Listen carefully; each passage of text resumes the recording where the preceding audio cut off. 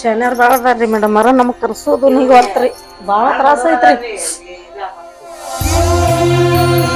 ಅದ್ರಾಗ ನಾ ಬ್ಯಾಡ ಅವ ನಮ್ಗೆ ಕಲ್ಸೋದು ನಿಗೋದಿಲ್ಲ ಅಂದ್ರೆ ನಾ ಈಗ ಸಾಲಿ ಕಲ್ತ ಮುಂದೆ ನಾನು ನಿಮ್ಮನ್ನ ಸಾಕ್ತೇನೆ ನನ್ನ ಸಾಲಿ ಕಲ್ಸ್ರಿ ಅಂತಾಳ್ರಿ ನಮಗೆ ನೀವು ಬೇಡುವನು ವರವನ್ನು ಕೊಡೆ ತಾಯಿ ಜನ್ಮವನು ಕಡೆ ತನಕ ಮರೆಯಲ್ಲ.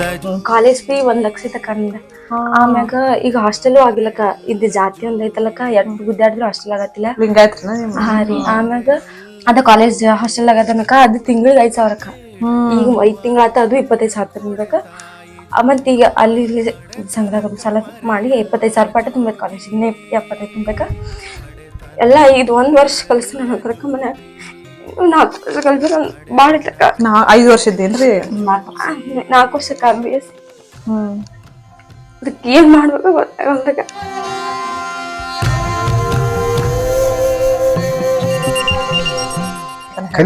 ಕಲಿಸ್ರಿ ಆದ್ರೆ ನಮ್ ಕೆಪಾಸಿಟಿ ಇಲ್ಲ ಅಲ್ಲಿ ಕಲ್ಸಕ್ಕ.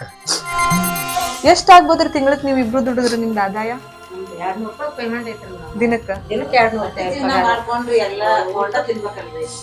ಸೊ ಇವ್ರಿಗೆ 200 ಅಂದ್ರೆ 400 ರೂಪಾಯಿದೊಳಗ ದಿನಕ್ಕೆ 400 ರೂಪಾಯಿ ಬರೋ ಸಂಬಳದೊಳಗ ಮನೆಗ್ ಮಾಡಿದ್ದ ಲೋನ್ ತೀರಿಸ್ಬೇಕು ಪ್ಲಸ್ ಮಕ್ಕಳ ಎಜುಕೇಶನ್ ಮಾಡ್ಬೇಕು. ಎಜುಕೇಶನ್ ನಾ ಏನೋ ಮಗಳು ಇರ್ತಾನೆ ಅಳ್ಬಾರಮ್ಮ ಅಂತೇಳಿ ಅವ್ರು ಮಾತು ಕೊಟ್ಟು ಆ ಪ್ರಕಾರ ಅದನ್ನ ಅಮೌಂಟ್ ಹಾಕಿಸಿ ಫೋನ್ ನಂಬರ್ ಕೊಟ್ಟು ಫೌಂಡೇಶನ್ ಆಫೀಸ್ ಕಳಿಸಿದ್ರಿ. ಹೋಗಿ ನಾವು ಮೇಡಮ್ ಅವ್ರ ಬಂದಿಂದಾಗಿ ಅವನ್ನೆಲ್ಲ ಡಾಕ್ಯುಮೆಂಟ್ಸ್ ಕೊಟ್ಟಿದ್ದಾಗಿ ಬರುತ್ತೆ.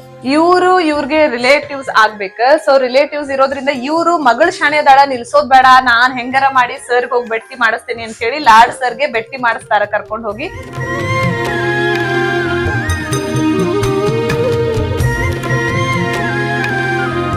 ಮತ್ತ ನಿಮ್ದು ಪರಿಸ್ಥಿತಿ ಹಿಂಗೈತ ಅಂದ್ಬಿಡ್ಲೆ ರಿಲೇಟಿವ್ಸ್ ನಿಮ್ಮ ಅಕ್ಕ ತಂಗಿ ಹಿಂಗ ಯಾರಿಲ್ರಿ ಮೇಡಮ್ ನಮಗಂತೂ ಯಾರು ಇಲ್ರಿ.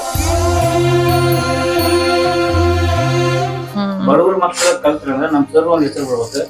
ಅವ್ರು ಮಾಡಿದ ಒಂದು ಪುಣ್ಯ ಇದೆ. ಸರ್ ಕೊಟ್ಟು ಕಳ್ಸಿದಾರೆ ಈ ಅಮೌಂಟ್ ನಿನ್ ಎಜುಕೇಶನ್ ಅಂತ ಹೇಳಿ. ಅವ್ರು ಭಾಳ ನಮಗ್ ಹೆಲ್ಪ್ ಮಾಡ್ಯಾರ್ರಿ. ಅವ್ರನ್ನ ನಾವ್ ಸಾಯಿ ಮಠನೂ ಮರೆಯಂಗಿಲ್ಲ.